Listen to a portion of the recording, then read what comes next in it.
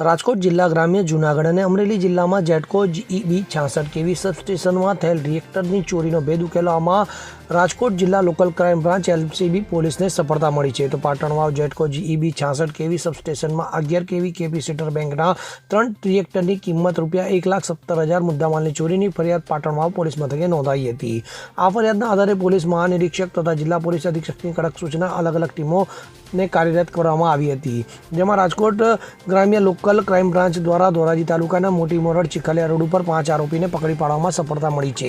જેમાં કુલ કિંમત ₹3,10,050નો મુદ્દામાલ કબજે કરાયો છે. જેમાં કાટિયા અશોક વિરમગામિયા રહેવાસી મોરબી, આકાશ સુરેશ વિકાણી રહેવાસી રાજકોટ, ઘનશ્યામ રાજુ હળવદિયા રહેવાસી વઢવાણ, શંભુ કરશન ખાવડિયા રહેવાસી ધાંગધ્રા, વિજય મિનોદ સોલંકી રહેવાસી મોરબી અને સાથે એક શગીરને પકડીને પાટણવા પોલીસને સોંપવામાં આવ્યા છે. ત્યારે હજુ 4 આરોપીઓ પકડવાના બાકી છે. ત્યારે આમ રાજકોટ જિલ્લા ગ્રામ્ય લોકલ ક્રાઇમ બ્રાન્ચ દ્વારા ચોરી કરતી ગેંગને ઝડપી પાડવામાં સફળતા મળવા પામી છે.